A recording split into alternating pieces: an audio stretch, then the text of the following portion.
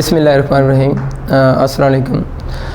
आज हम long question first long question इस चैप्टर का पढ़ते हैं और फेडरल बोर्ड में काफ़ी ज़्यादा दफ़ा ये लॉन्ग क्वेश्चन रिपीट हो चुका है।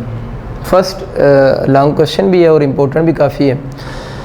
यूजुअली जो बोर्ड में इसकी स्टेटमेंट आती है कुछ इसी तरह ही है कि state and explain Coulomb's law include case when charges are placed in dielectric, यानी जब जो चार्जेस हैं उनके दरमियान में हमको डाइलेक्ट्रिक रखते हैं तो फिर उस केस को भी डिस्कस करें। डाइलेक्ट्रिक क्या होता है इसको फिर हम आगे चल के भी देखते हैं। स्टार्ट में हमारी बुक में ना उसने जो जहाँ से कूलम लॉ स्टार्ट हो रहा है वहाँ पर 2 वर्ड्स उसने लिखे हुए हैं, उन 2 वर्ड्स को थोड़ा सा सीखते हैं फिर आगे बात शुरू करेंगे।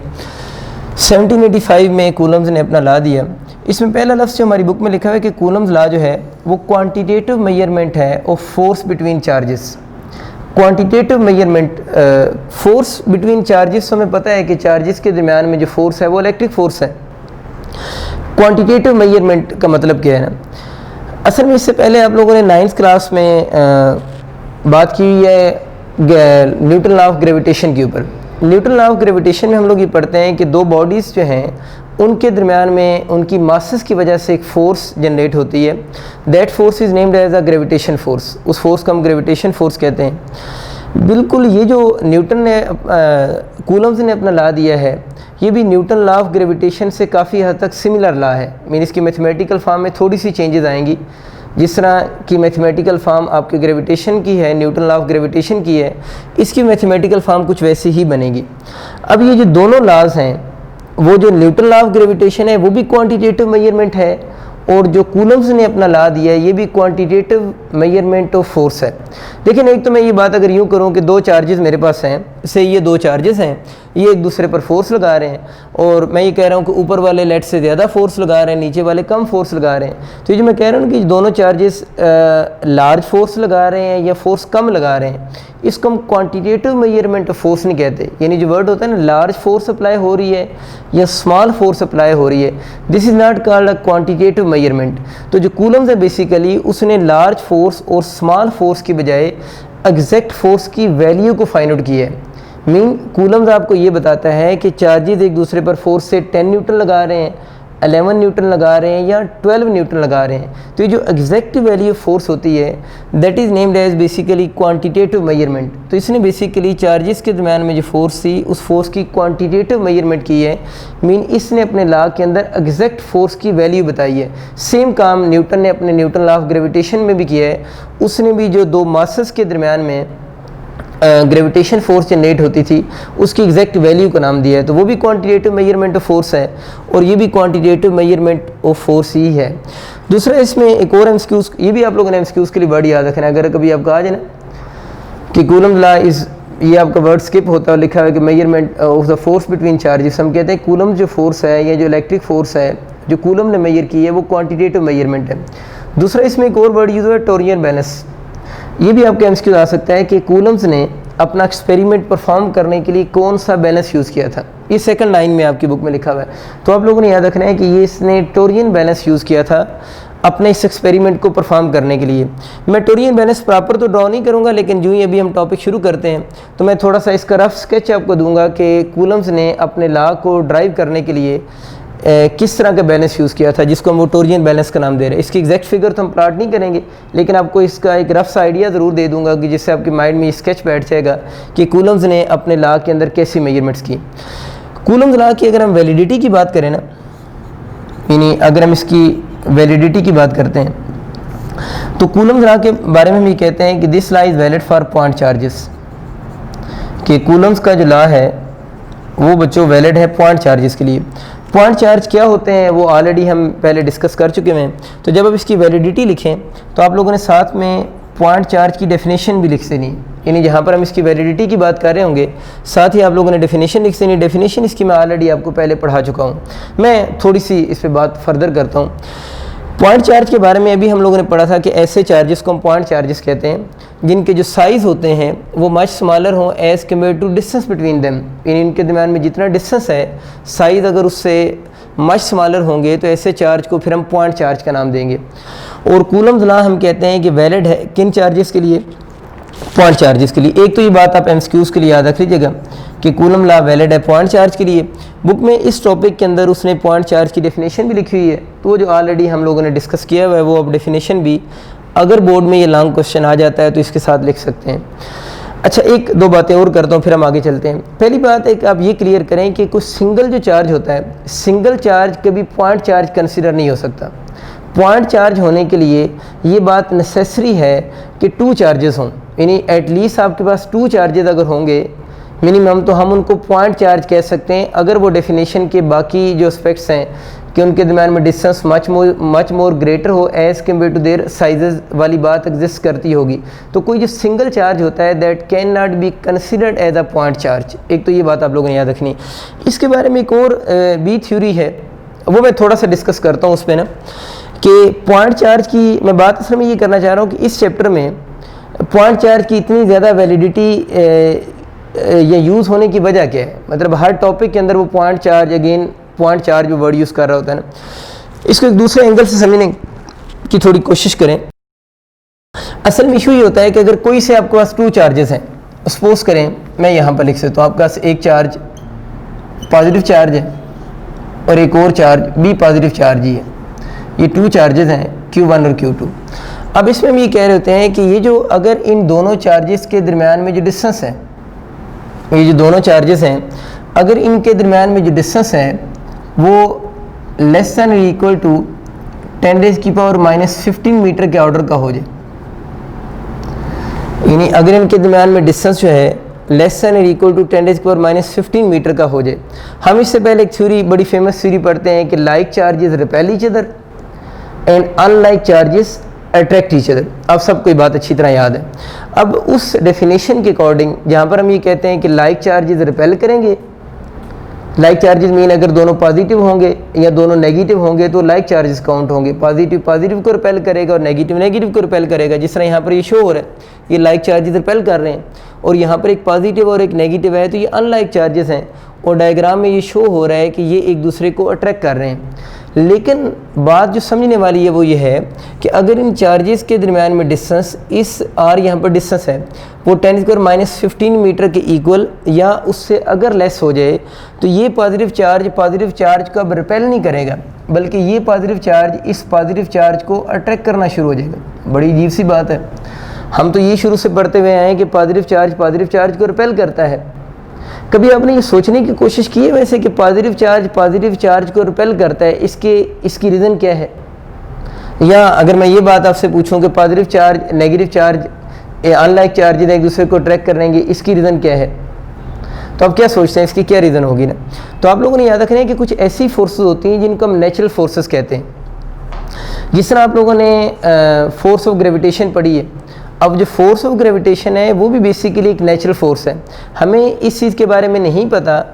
हम ये तो कह सकते हैं कि ये मार्कर, दोनों बॉडीज़ जो मार्कर मेरे हाथ में ये दोनों मासेस हैं, अब ये एक दूसरे को एक फोर्स से अट्रैक्ट कर रहे हैं, that force is called force of gravitation. लेकिन एक मास दूसरी मास को क्यों अट्रैक्ट कर रही है, इसकी क्या रीज़न है? तो इसके बारे में हम ये कहते हैं कि ये नेचुरल फोर्स है जिसका काज स्टिल अननोन काज है।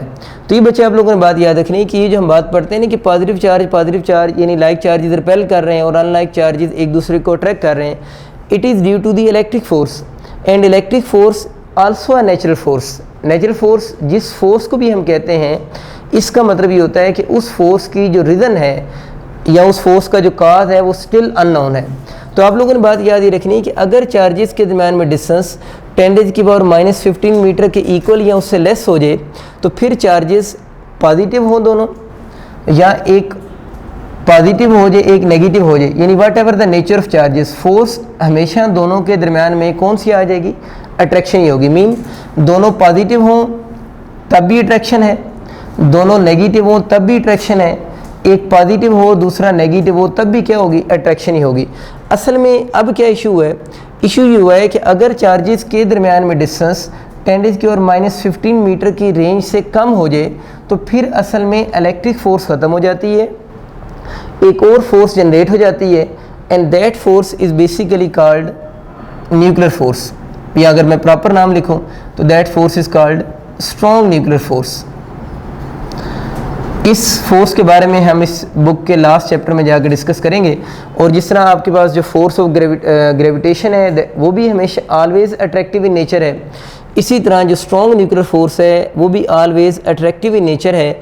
और ये साइन ऑफ चार्ज पे डिपेंड नहीं करती, मीन दोनों पॉजिटिव होंगे तब भी अट्रैक्शन होगी, दोनों नेगेटिव होंगे तो तब भी अट्रैक्शन होगी।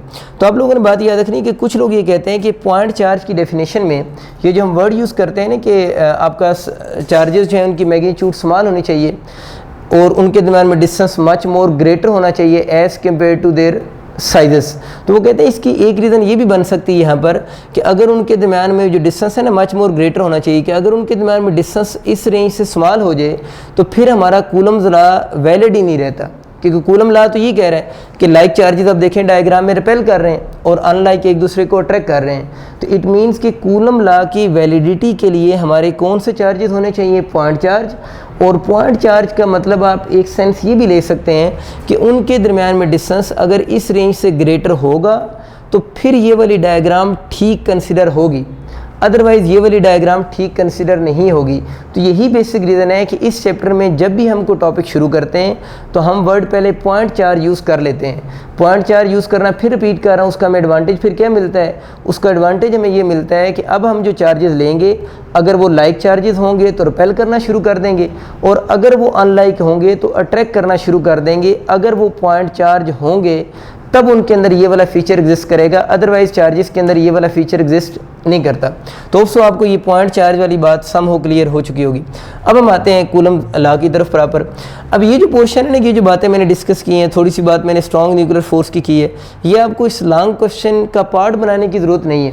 लॉन्ग क्वेश्चन में जैसे हम क्वान्टिटेटिव मेजरमेंट की बात करेंगे, टॉर्जन बैलेंस की बात करेंगे, फिर स्टेटमेंट को बाद में हम डिस्कस करते हैं, हम इसकी मैथमेटिकल फॉर्म की तरफ आ जाएंगे। देखते हैं इसकी मैथमेटिकल फॉर्म के बारे में। मैथमेटिकल फॉर्म देखिए, मैंने यहाँ पर इसकी डेफिनेशन में लिखा है कि द मैग्नीट्यूड, एक वर्ड मैंने यूज़ किया, magnitude of force between two point charges, यानी यहाँ पर हम लोगों ने 2 पॉइंट चार्ज लिए हैं। तो वो जो 2 पॉइंट चार्जेस हैं उनमें से एक चार्ज प्लस Q1 है और एक प्लस Q2, यानी दोनों लाइक चार्जेस भी हो सकते हैं और दोनों अनलाइक चार्जेस भी हो सकते हैं। यानी अगर लाइक चार्जेस होंगे तो जिस तरह पहले बात हुई है रिपल्शन शुरू हो जाएगी, अगर अनलाइक चार्जेस होंगे तो अट्रैक्शन शुरू हो जाएगी। यहाँ पर आप ज़रा गौर करें, डेफिनेशन में नीचे एक लफ्ज़ लिखा हुआ है मैग्नीट्यूड ऑफ चार्ज। इस चीज़ को ज़रा समझें फिर उधर चलते हैं। असल में बच्चों आप लोगों ने इससे पहले वेक्टर की मैग्नीट्यूड के बारे में पढ़ा हुआ है। वेक्टर की मैग्नीट्यूड शायद आपको थोड़ी बहुत याद होगी।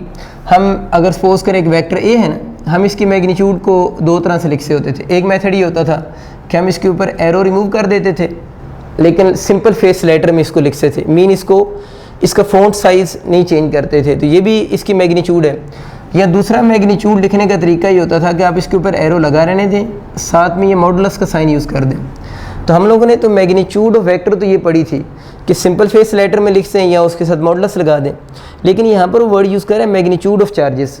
तो चार्ज की मैग्नीट्यूड का मतलब क्या है ना, तो सिंपल सी आप एक बात याद रख रहे हैं कि चार्ज की मैग्नीट्यूड का मतलब ये है कि अगर आपके पास से पॉजिटिव चार्ज है या अगर आपके पास नेगेटिव चार्ज है। अब अगर आप इसकी मैग्नीट्यूड लिखना चाह रहे हैं तो चार्ज की मैग्नीट्यूड लिखने का मतलब ये होगा कि हम इसके साथ ये जो पॉजिटिव या नेगेटिव के साइन लगे हुए हैं, ये साइन हम शो नहीं करेंगे। और इन दोनों की मैग्नीट्यूड को हम सिंपल किससे लिख सकते हैं, अगर हम क्यू लिख देंगे तो इसकी मैग्नीट्यूड कंसिडर होगी। तो मैग्नीट्यूड ऑफ चार्ज मीन कि अगर हम उसके साथ प्लस या माइनस का साइन यूज़ नहीं करते तो वो आपके पास मैग्नीट्यूड ऑफ क्या बन जाएगी, चार्ज बन जाएगी। अब कूलम्स ने जब अपना एक्सपेरिमेंट किया तो उसने ऑब्जर्व किया कि इन चार्जेस के दरमियान में जो फोर्स है वो अट्रैक्शन की भी हो सकती है, रिपल्शन की भी हो सकती है। उस फोर्स की जो मैग्नीट्यूड है वो डायरेक्टली प्रोपोर्शनल है to the product of the magnitude of charges. Means sum नहीं है, फोर्स की मैग्नीट्यूड जो है वो डायरेक्टली प्रोपोर्शनल है to the product of the magnitude of charges. यानी इट मीन्स कि अगर इस चार्ज की मैग्नीट्यूड 2 कूलम है, इसकी भी 2 कूलम है, तो दोनों के दरमियान में फोर्स 2 × 2 4 कूलम हुई, फोर्स सॉरी न्यूटन होगी।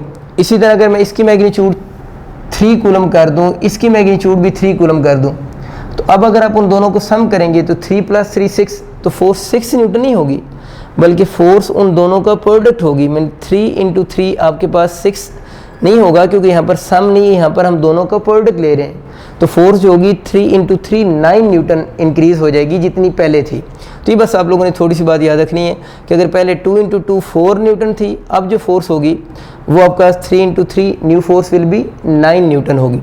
यानी फोर्स जो है वो डायरेक्टली प्रोपोर्शनल है to the product of the magnitude of charges. दूसरी बात उसने ये ऑब्जर्व की कि हम ये सपोज करते हैं कि इन दोनों चार्जेस के सेंटर के दरमियान में डिस्टेंस आर है, यानी दोनों जो चार्जेस हैं इनके सेंटर के दरमियान में हम जो डिस्टेंस ले रहे हैं, this distance consider from their centre, तो इनके सेंटर के दरमियान में डिस्टेंस आर है। इसने ऑब्जर्व किया कि चार्जेस के दरमियान में जो फोर्स है वो इन्वर्सली प्रोपोर्शनल है to the square of the distance between the charges, यानी force is inversely proportional to the square of the distance between the charges. Mean इसको आप यूँ समझ सकते हैं कि अगर हम डिस्टेंस यानी आर को डबल करेंगे, यहाँ से देखें तो आर को डबल करने से फोर्स हाफ नहीं होगी, बल्कि अगर आप आर को यहाँ से डबल करेंगे तो फोर्स, हम आर को जब डबल करेंगे तो 2 का स्क्वायर 4 हो जाएगी। तो डिस्टेंस को डबल करने से force will decrease 4 times. It means कि 1/r नहीं है बल्कि 1/r² है। और कोई भी ऐसा लॉ जिसमें 1/r² आता है, that law is also called inverse square law. In ये जो प्रॉपर्टी होती है, इस प्रॉपर्टी को हम इनवर्स स्क्वायर लॉ भी कहते हैं। This property is also named as inverse square law. Newton का जो लॉ ऑफ ग्रेविटेशन है ना, that is also called inverse square law. तो ये बेसिकली मैथमेटिकल फॉर्म हमारी बनती है कूलम्स लॉ की। इसकी जरा स्टेटमेंट देखते हैं। इसमें लिखा है मैग्नीट्यूड ऑफ फोर्स, क्योंकि फोर्स अट्रैक्शन की भी हो सकती है और ऊपर रिपल्शन की भी हो सकती है, तो हम मैग्नीट्यूड ऑफ फोर्स ले रहे हैं विच में भी आइदर अट्रैक्शन की हो या रिपल्शन की हो बिटवीन 2 पॉइंट चार्जेस। वो हमने वैलिडिटी में बात की थी कि कूलम लॉ वैलिड ही तब है जब 2 पॉइंट चार्जेस होंगे। तो magnitude of force between 2 point charges is directly proportional. देखिए हम यहाँ पर डायरेक्ट प्रोपोर्शन का साइन यूज़ कर रहे हैं, directly proportional to the product of the magnitude of charges. तो चार्जेस की जो मैग्नीट्यूड है उसको हम प्रोडक्ट ले रहे हैं, and inversely proportional to the square of the distance between them. और उन दोनों के सेंटर के दरमियान में जो डिस्टेंस है उसका हम इन्वर्स का स्क्वायर ले रहे हैं। तो this is the mathematical form of coulomb law. अब हम इन दोनों इक्वेशंस को कंबाइन कर लेते हैं। अगर हम कंबाइन करते हैं, कंबाइन अबव इक्वेशंस, तो जो चीज़ कॉमन आ रही है उसको हम एक ही दफ़ा लिख लेते हैं, फोर्स को हम एक ही दफ़ा लिख देंगे। इन दोनों को कंबाइन करेंगे तो Q1 Q2 ओवर r² हो जाएगा। अब ये प्रोपोर्शनैलिटी का साइन जब भी हम ख़त्म करते हैं तो इक्वलिटी आ जाती है। यानी प्रोपोर्शनैलिटी जब भी ख़त्म करेंगे तो इक्वलिटी के साथ K कांस्टेंट आ जाएगा, K Q1 Q2 over r²। ये आपका कांस्टेंट बन जाएगा F = K Q1 Q2 over r²। इसको हम इक्वेशन नंबर 2 का नाम दे देते हैं। अभी हम बात कर रहे हैं इस K के ऊपर ना, कि K यहाँ पर कांस्टेंट है। कुछ बुक्स में इसकी सिंबल C लिखी हुई है, लेकिन हमारी FSC की जो बुक्स हैं, पंजाब की बुक हो या जो भी फेडरल में पढ़ रहे हैं, दोनों में इसकी सिंबल K ही उसने लिखी हुई है। तो K यहाँ पर एक कांस्टेंट है। देखिए बच्चे, कांस्टेंट की बहुत सारी टाइप्स हैं, मैं ज़्यादा डिटेल में नहीं जाता, लेकिन 2 मेजर कैटेगरीज़ में आते हैं। पहली कैटेगरी ऐसे कांस्टेंट्स होते हैं जो इंडिपेंडेंट कांस्टेंट होते हैं। इंडिपेंडेंट कांस्टेंट की एग्जांपल लाइक आप लोगों ने कैपिटल G पढ़ा है, यूनिवर्सल ग्रेविटेशनल कांस्टेंट। अब आपको पता है ये जो कैपिटल G होता है, यूनिवर्सल ग्रेविटेशन कांस्टेंट, इसकी वैल्यू पूरी यूनिवर्स में सेम है। मतलब इसकी वैल्यू किसी भी चीज़ पे डिपेंड नहीं कर रही होती, हमेशा हम सेम यूज़ करते हैं। ये आप लोगों ने केमिस्ट्री में एक पढ़ा होगा, general gas constant, capital R से आप उसको डिनोट करते हैं, जिसे हम जनरल गैस कांस्टेंट कहते हैं। फर्स्ट ईयर के भी लास्ट चैप्टर में आप लोगों ने इसको स्टडी किया हुआ है, R को जनरल गैस कांस्टेंट। अब ये जो कांस्टेंट जिनके मैंने 2 नाम लिखे हैं, यूनिवर्सल ग्रेविटेशन कांस्टेंट, ये जनरल गैस कांस्टेंट, ये इस तरह के और बहुत सारे कांस्टेंट्स हैं, ये इंडिपेंडेंट कांस्टेंट्स हैं। इंडिपेंडेंट मीन कि इनकी वैल्यूज़ किसी भी फैक्टर पे डिपेंड नहीं कर रही होती। लेकिन जो कुछ कांस्टेंट्स हैं, जिस तरह आप लोगों ने फर्स्ट ईयर के चैप्टर 7 में स्टडी किया था, आपके पास चैप्टर नंबर 7 में आप लोगों ने स्प्रिंग कांस्टेंट पढ़ा है। अब स्प्रिंग कांस्टेंट के बारे में आप लोगों ने पढ़ा था कि स्प्रिंग कांस्टेंट जो है वो एक डिपेंडेंट कांस्टेंट है। अगर आप स्प्रिंग को काट के 2 पीसेस में डिवाइड कर देते हैं या 2 स्प्रिंग्स को आपस में ज्वाइन कर देते हैं तो उसके जो कांस्टेंट की वैल्यू है वो चेंज हो जाती है। या उसका मटेरियल अगर आप चेंज करते हैं स्प्रिंग का, तो तब भी उस कांस्टेंट की वैल्यू चेंज होती है। तो मीन कुछ कांस्टेंट्स ऐसे होते हैं जो डिपेंडेंट होते हैं, जिस तरह स्प्रिंग कांस्टेंट फर्स्ट ईयर में हम लोगों ने पढ़ा हुआ है। ये जो कांस्टेंट दो मैंने ऊपर लिखे हैं, ये इंडिपेंडेंट कांस्टेंट है। अभी हम जिस कांस्टेंट की बात कर रहे हैं, जिसे हम के से डिनोट कर रहे हैं, इस कांस्टेंट को हम इलेक्ट्रोस्टैटिक कांस्टेंट भी कहते हैं और इसको हम कूलम्स कांस्टेंट भी कहते हैं। हमारी बुक में उसने ये दो वर्ड यूज़ नहीं किए, लेकिन आप इसको याद रख सकते हैं कि यहाँ पर जो कांस्टेंट है, उस कांस्टेंट का नाम इलेक्ट्रोस्टैटिक कांस्टेंट भी है और इसी को हम कूलम्स कांस्टेंट भी कहते हैं। और ये जो कांस्टेंट है, ये फिर किस कैटेगरी में आता है? ये जी और आर की कैटेगरी में नहीं आता, बल्कि ये स्प्रिंग कांस्टेंट जैसा कांस्टेंट है। मीन इसकी जो वैल्यू है वो डिपेंड करती है कुछ फैक्टर पे। इट मीन्स कि यहाँ पर जो कूलम कांस्टेंट है वो एक डिपेंडेंट कांस्टेंट है। एक बात होगी। अब इसकी वैल्यू जो है वो डिपेंड करती है सिस्टम ऑफ यूनिट्स यूज़ पे। ये जो सिस्टम ऑफ यूनिट्स यूज़ वाला वर्ड है, इसमें कुछ बच्चे अक्सर कन्फ्यूज़ हो जाते हैं। वो ये कहते हैं कि देखें, अगर हम आपके पास 1 kg मास है आप लोगों के पास, ये सिस्टम इंटरनेशनल में, अगर हम इसको CGS में कन्वर्ट करेंगे तो वो आपके पास मैं इसको 1 kg मास है, ये ऐसे सिस्टम में, और अगर इसको CGS में कन्वर्ट करेंगे तो 1000 ग्राम हो जाएगी। ये सिस्टम इंटरनेशनल है, ये CGS है। तो कहते हैं ये दोनों वैल्यूज आपस में इक्वल है। अगर हम सिस्टम ऑफ यूनिट्स चेंज कर रहे हैं तो ये आपका 1 kg है और ये 1000 ग्राम है, ये तो दोनों आपस में इक्वल होते हैं। तो यहाँ पर हम ये कह रहे हैं कि वैल्यू ऑफ के जो है वो डिपेंड करेगी सिस्टम ऑफ यूनिट्स पे। तो यहाँ पर जो वैल्यू ऑफ के डिपेंड करने का मतलब ये टोटल चीज़ नहीं है, ये दोनों चीज़ें तो आपस में इक्वल होती हैं। अगर सिस्टम भी चेंज होगा तो दरम्यान में इक्वालिटी का साइन तो आ रहा होगा ना।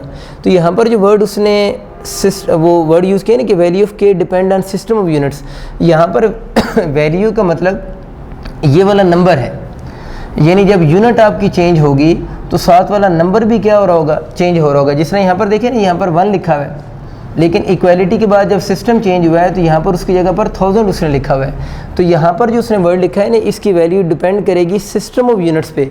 तो यहाँ सिस्टम ऑफ यूनिट्स का मतलब है कि जब ये वाली यूनिट्स का सिस्टम चेंज होगा तो इसकी ये जो साथ में वैल्यू लिखी है वो वैल्यू भी क्या हो जाएगी? चेंज हो जाएगी। तो इस सारे की तो इक्वालिटी आएगी, लेकिन यहाँ पर जो सिस्टम ऑफ यूनिट्स पे डिपेंड करती है, उसका मतलब ये है कि आपका ये वाला जो नंबर है, ये नंबर आपका चेंज हो रहा होगा जब साथ वाली यूनिट्स आपकी चेंज होंगी। उम्मीद आपको ये बात क्लियर होगी कि वैल्यू ऑफ के depend on system of units. दूसरा ये जो पॉइंट लिखा हुआ है कि depend on nature of medium between charges, इस चीज़ के बारे में अभी हम आगे इसी का नेक्स्ट पार्ट है वो जब डिस्कस करेंगे फिर आपको बात क्लियर होगी कि अगर हम दो चार्जेस हैं ना, जिस तरह ये जो दो चार्जेस हैं, अगर इनके दरम्यान में अगर हमको मीडियम रख दें, मीडियम मीन हम एयर रख देते हैं, हम वाटर रख देते हैं, कोई पेपर रख देते हैं, तो उससे इन दोनों के दरम्यान में फोर्स पे क्या इफेक्ट होगा?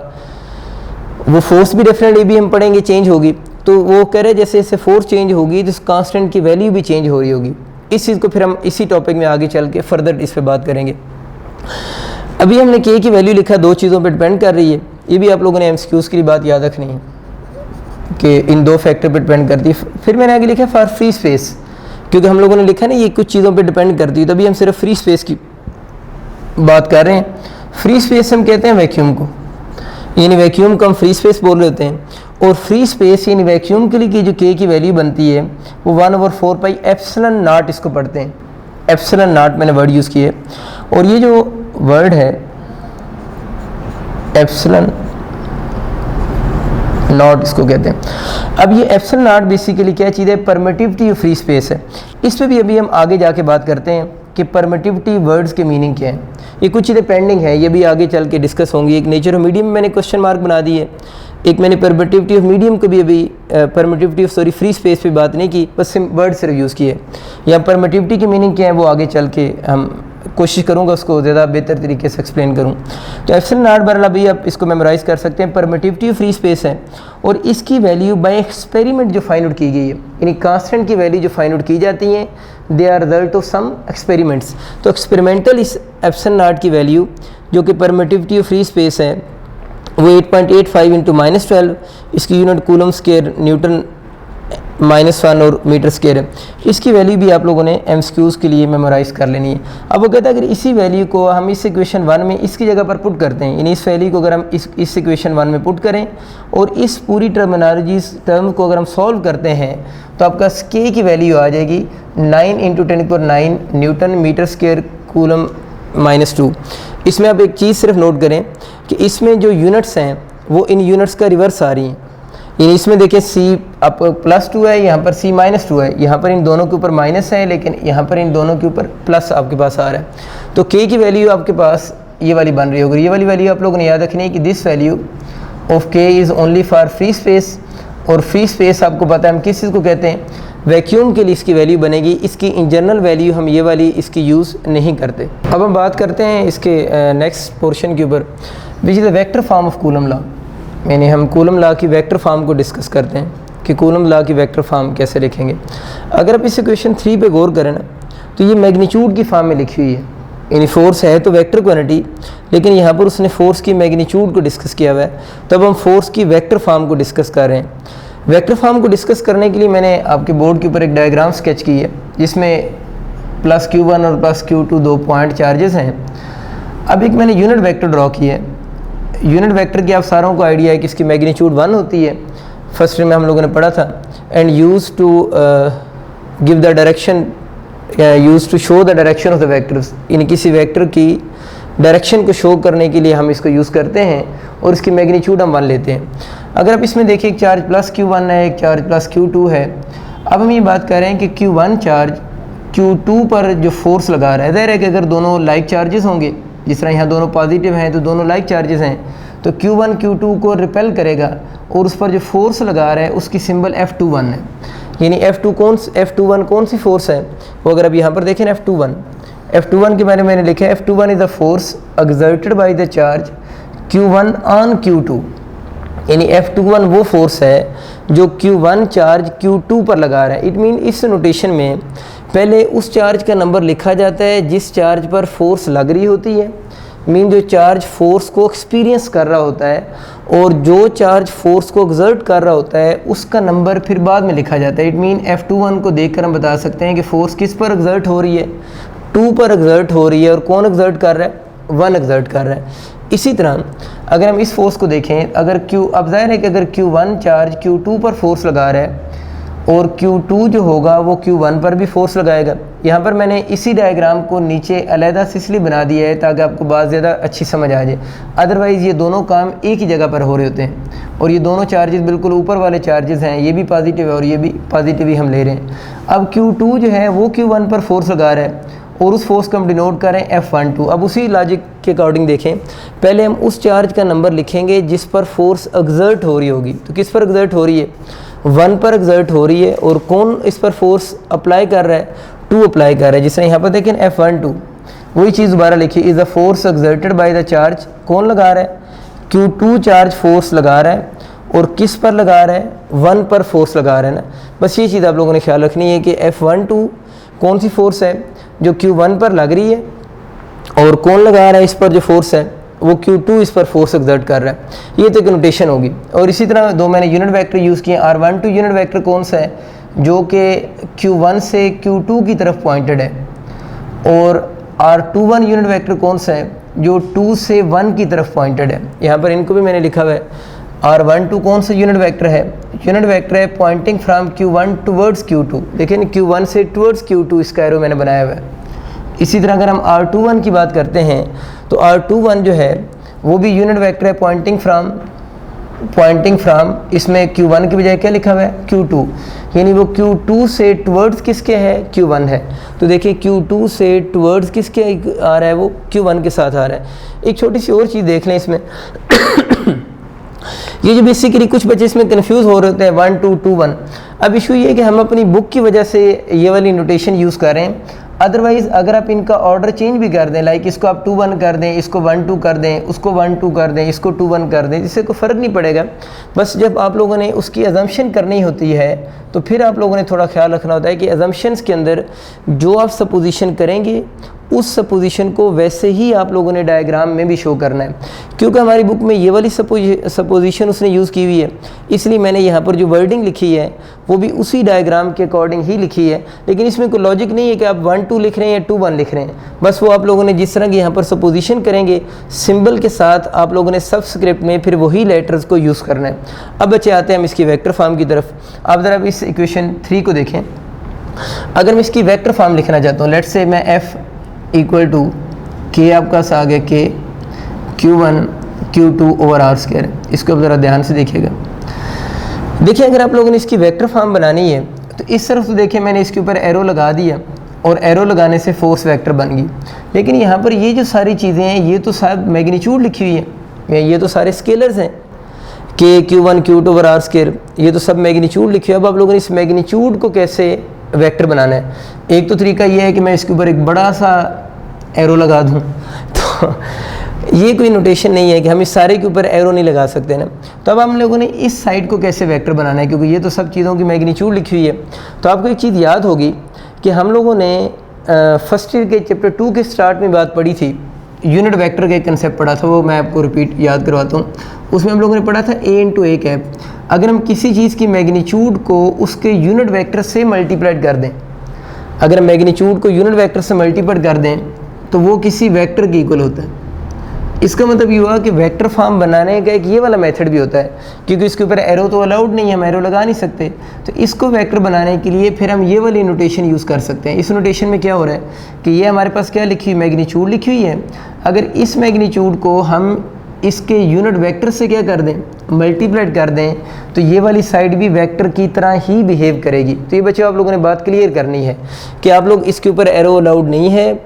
इसको वेक्टर बनाने के लिए आप लोगों ने ऊपर वाली नोटेशन यूज़ करनी है कि हमारे पास मैग्नीट्यूड है और मैग्नीट्यूड को हम इस मेथड को यूज़ करके वेक्टर के इक्वल लिख सकते हैं। अब देखते हैं अगर आप यहाँ पर f के साथ 2 1 लिख देते हैं, अगर f के साथ 2 1 लिख देते हैं तब आप वेक्टर फॉर्म किसकी बना रहे हैं, F21 की बना रहे हैं। अब मेरे बच्चों आप लोगों ने जो यूनिट वेक्टर यूज़ करना है, ज़ाहिर है कि यहाँ पर आप लोगों ने इसके साथ यूनिट वेक्टर लिखना है, तो यहाँ पर हम ए कैप तो नहीं लिख सकते क्योंकि F21 फोर्स का जो यूनिट वेक्टर है वो ए कैप तो नहीं है।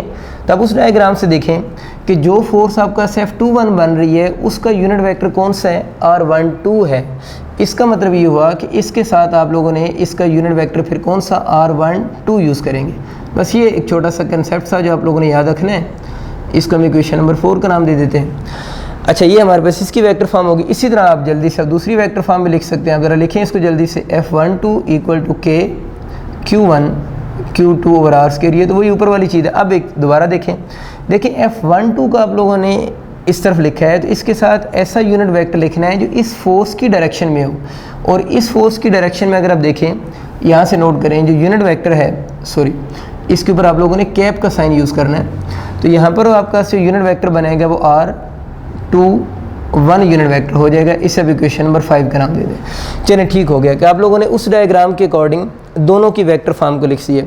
अभी मैं थोड़ी देर पहले भी बात कर रहा था कि ये दोनों यूनिट वेक्टर्स हैं। अगर ये दोनों यूनिट वेक्टर्स हैं तो आप सबको याद है इन दोनों की मैग्नीट्यूड फिर कितनी होगी, एग्जैक्टली 1 होगी। अब मैं दरमियान में इक्वल का साइन लगा रहा हूँ, अब इस चीज़ को ज़रा ध्यान से देखिएगा। देखिए ये दो वेक्टर्स हैं, वेक्टर उस वक्त आपस में इक्वल होते हैं जब उनकी मैग्नीट्यूड भी सेम हो और उनकी डायरेक्शन भी सेम हो। लेकिन यहाँ पर बच्चों इशू ये है कि इन दोनों की मैग्नीट्यूड तो सेम है, क्योंकि इसकी मैग्नीट्यूड भी 1 है, इसकी मैग्नीट्यूड भी 1 है, क्योंकि ये दोनों यूनिट वेक्टर्स हैं।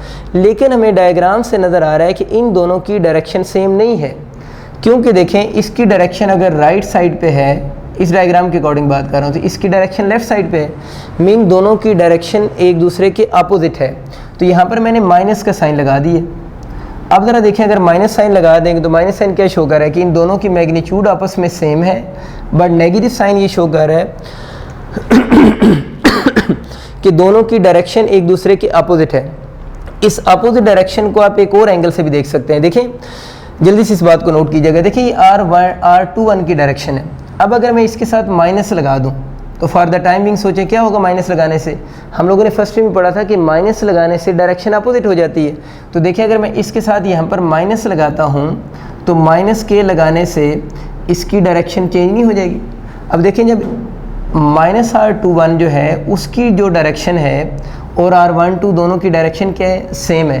तो इस बात को आप यूँ भी समझ सकते हैं कि R12 और -R21 की मैग्नीट्यूड भी सेम है और डायरेक्शन भी क्या है, सेम है। तो थोड़ी देर पहले मैं तो ये कह रहा था कि इन दोनों की डायरेक्शन एक दूसरे के नेगेटिव साइन डायरेक्शन अपोजिट को शो कर रहा है। अब दोबारा इस बात को सुने, R12 और R21 की डायरेक्शन नेगेटिव साइन ये शो कर रहा है कि एक दूसरे के अपोजिट है। लेकिन अब मैं दोबारा बोल रहा हूँ कि R12 और -R21 की डायरेक्शन आपस में सेम है। तो अगर कभी MCQ आ जाए तो इसमें कंफ्यूज नहीं होना। R12 और R21 में एंगल पूछेगा तो वो 180 डिग्री है, लेकिन R12 में और -R21 में पूछेगा तो वो 0 डिग्री है। दोबारा मैं इसको चेंज कर रहा हूँ। ये बस ये इस कंसेप्ट को आप दो डिफरेंट वे से अंडरस्टैंड कर सकते हैं जो आपको ईजी लगे। खैर हम यहाँ पर ये कहते हैं कि इन दोनों की आपस में मैग्नीट्यूड सेम होगी है और नेगेटिव साइन की वजह से इस वजह से लगा दिया है कि दोनों की डायरेक्शन एक दूसरे के अपोजिट है। अब अगर आप इस चीज़ को यहाँ पर इक्वेशन 4 में देखें R12 लिखा हुआ है, इस R12 की वैल्यू को अगर मैं इक्वेशन 4 में पुट कर दूँ, put this value in equation 4।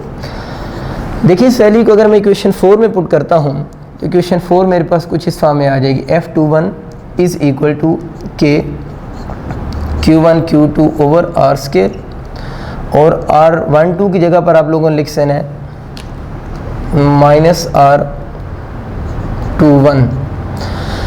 अच्छा, अब इस माइनस साइन को आप शुरू में भी लेकर आ सकते हैं, तो कुछ यूँ बन जाएगा F21 is equal to minus start में आ जाएगा K Q1 Q2 over R square और R21 हो जाएगा।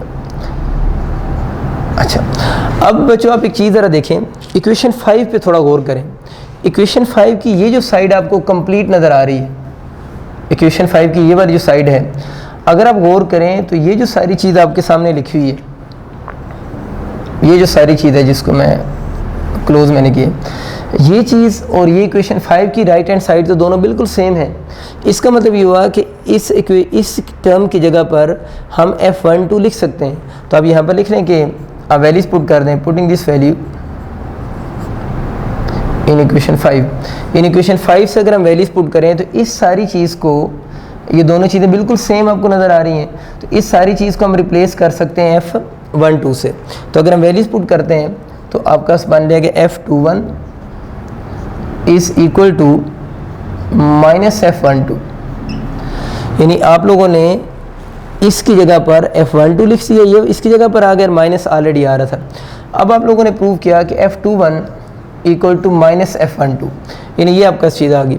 अब आप इस चीज़ को ज़रा समझें कि इस बात का मतलब क्या है। इस बात का एक सिंपल सा मीनिंग, यानी यहाँ से अगर मैं कंक्लूजन ड्रॉ करूँ तो कंक्लूजन तो यहाँ पर ये आ सकता है, पहला आपका कंक्लूजन ये बन सकता है कि ये जो लॉ है ना, this law is according to Newton's third law of motion, Newton's third law of motion. यानी पहला कंक्लूजन तो हम इसका ये ड्रॉ कर सकते हैं इस इक्वेशन से कि this law is according to Newton third law of motion. Third law motion के अकॉर्डिंग कैसे? न्यूटन थर्ड लॉ मोशन अगर आपको याद होगा उसमें हम क्या कहते थे, action and reaction are equal in magnitude but opposite in direction. तो यहाँ पर देखें अगर इसने फोर्स लगाई है तो ये अगर एक्शन है तो इसने जो फोर्स लगाई है वो उसका क्या है, रिएक्शन है। तो एक्शन और reaction are equal in magnitude हैं और यहाँ पर नेगेटिव साइन ये शो कर रहा है कि they are opposite in direction. तो हम कह सकते हैं कि ये लॉ जो है ये according to Newton third law of motion है। इसका एक और कंक्लूजन जो बहुत इंपॉर्टेंट हम यहाँ से ड्रॉ करते हैं इस इक्वेशन से वो ये है कि जो इलेक्ट्रिक या कूलम फोर्स है ना, इलेक्ट्रिक या कूलम फोर्स है, this force is a mutual force. ये जो फोर्स है वो आपके पास म्यूचुअल फोर्स है। इस बात को ज़रा समझें। अगर आपका कभी बोर्ड में ये शॉर्ट क्वेश्चन आ जाता है, ये ज़रा बात सुन लीजिएगा ध्यान से बोर्ड पॉइंट ऑफ व्यू से। अगर आपका कभी शॉर्ट क्वेश्चन आ जाता है कि prove that coulomb force is a mutual force, कि आप प्रूव करें कि कूलम फोर्स म्यूचुअल फोर्स है, तो आप लोगों ने बच्चों याद रखना है कि उस शॉर्ट क्वेश्चन के अंदर आप लोगों ने इसकी वेक्टर फॉर्म लिखनी है। और वेक्टर फॉर्म में जब आप इस स्टेप पे पहुंचेंगे तो हम यहाँ पर ये कह देंगे कि ये इक्वेशन प्रूव कर रही है कि कूलम फोर्स जो है वो कौन सी फोर्स है, एक म्यूचुअल फोर्स है। मैं म्यूचुअल फोर्स को आप एक MCQ से समझाने की कोशिश करता हूँ कि इस बात के फिजिकल मीनिंग क्या बनते हैं। आप इस बात को बच्चों यूँ समझो कि सपोज करो, चले मैग्नीट्यूड लेते हैं, एक चार्ज आपका 5 कूलम का है और दूसरा चार्ज आपका 10 कूलम का है। अब मैं सपोज करें ये कह देता हूँ कि 5 कूलम 10 कूलम पर जो फोर्स लगा रहा है वो F1 है और 10 कूलम इस पर जो फोर्स लगा रहा है वो F2 फोर्स है। यानी 5 कूलम ने जो 10 कूलम पर लगाई उसका F1 उसकी मैग्नीट्यूड F1 सिंबल शो कर रहे हैं और 10 कूलम चार्ज ने 5 कूलम पर जो लगाई है वो F2 फोर्स है। अब मैं आपसे पूछता हूँ इनमें से करेक्ट ऑप्शन बताएं, यानी इनमें से करेक्ट कौन सा, यानी F1 ग्रेटर F2 से,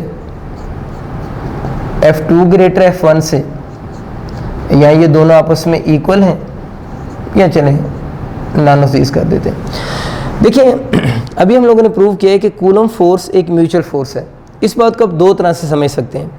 पहला कंसेप्ट तो ये है कि आप डायरेक्ट इस इक्वेशन से इस कंसेप्ट को समझें कि what ever the magnitude of charges. देखिए बच्चे, जब हम ये नीचे 1 या 2 लिख देते हैं ना, इसके नीचे 2 लिखा हुआ है, इसके नीचे 1 लिखा हुआ है, ये अंडरस्टूड सी बात होती है कि इन दोनों की मैग्नीट्यूड डिफरेंट है। यानी 1 2 लिखने का मतलब ये है कि इनकी मैग्नीट्यूड डिफरेंट है। अब अगर इन दोनों की मैग्नीट्यूड डिफरेंट है तो देखें ये what ever the magnitude of Q1 and Q2, ये जो दोनों एक दूसरे पर फोर्स लगा रहे हैं, उस फोर्स की मैग्नीट्यूड तो ऑलवेज आपस में क्या आ रही है, इक्वल आ रही है। तो इस कंसेप्ट को डायरेक्ट तो आप यूँ याद रख सकते हैं, म्यूचुअल फोर्स का मतलब ये है कि what ever the magnitude of these two charges, एक चार्ज दूसरे चार्ज पर जो फोर्स लगा रहा है, दूसरा चार्ज भी उस पहले चार्ज पर according to Newton third law motion उतनी ही फोर्स अप्लाई करेगा। इस फोर्स को हम म्यूचुअल फोर्स कहते हैं। इट मीन्स कि अगर एक चार्ज की मैग्नीट्यूड कम हो या चार्ज की मैग्नीट्यूड ज़्यादा हो, वो म्यूचुअल फोर्स के कंसेप्ट की वजह से एक दूसरे पर जो फोर्स अप्लाई करेंगे या फोर्स एक्सर्ट करेंगे, उस फोर्स की मैग्नीट्यूड ऑलवेज आपस में इक्वल होगी। इट मीन्स कि इस केस में ऑप्शन आप ये नहीं देखेंगे कि 10 कूलम अगर ग्रेटर है 5 कूलम से मैग्नीट्यूड वाइज F2 ग्रेटर हो गया F1 से, ये ऑप्शन करेक्ट नहीं होगा। आपका जो करेक्ट ऑप्शन बनेगा वो सी ऑप्शन होगा कि दोनों एक दूसरे पर जो फोर्स लगा रहे हैं वो सेम है। डायरेक्ट बात तो ये थी कि आप यहाँ से अंडरस्टैंड कर रहे हैं कि what ever the magnitude of the force, magnitude of the sorry charges, magnitude of force always remain same, this concept is called mutual force. इसको आप अदर वे से भी अंडरस्टैंड कर सकते हैं। अदर वे क्या है, बड़ी सिंपल सी बात है कि देखिए आप लोगों ने कोई 2 चार्जेज हैं, एक 5 कूलम है, एक 10 कूलम है। आप लोगों ने 5 कूलम चार्ज जो 10 कूलम पर चार्ज पर जो फोर्स लगा रहा है वो कैलकुलेट करनी है, तो आप इसी फार्मूले से कैलकुलेट करोगे ना। तो यहाँ पर 5 आ जाएगा, यहाँ पर 10 आ जाएगा। और अगर आप लोगों ने 10 कूलम की 5 कूलम पर कैलकुलेट करनी है, डिस्टेंस और कांस्टेंट तो चेंज हो नहीं रहे, फिर भी आप लोगों ने इसकी जगह 10 लिखना है, इसकी जगह पर 5 लिखना है। इट मीन्स कि आप लोग F1 कैलकुलेट करें तब भी यहाँ पर 5 × 10 का प्रोडक्ट ही आएगा। ये दोनों तो सेम है, चेंज हो नहीं रहे इस डायग्राम के अकॉर्डिंग। और अगर आप 10 कूलम की 5 कूलम पर कैलकुलेट करेंगे तब भी यहाँ पर 5 आएगा और यहाँ पर 10 आएगा। तो इस इक्वेशन के अकॉर्डिंग तो वट एवर द फोर्स आप F1 कैलकुलेट करें या आप F2 कैलकुलेट करें, आपका आंसर हमेशा क्या आना चाहिए, सेम आना चाहिए। तो इंपॉर्टेंट MCQ है, ये आप लोगों ने याद भी रखना है, ये आपके बोर्ड में आपसे पूछा भी जा सकता है। और इससे आपको आइडिया हो गया होगा कि म्यूचुअल फोर्स के यहाँ पर मीनिंग्स क्या हैं।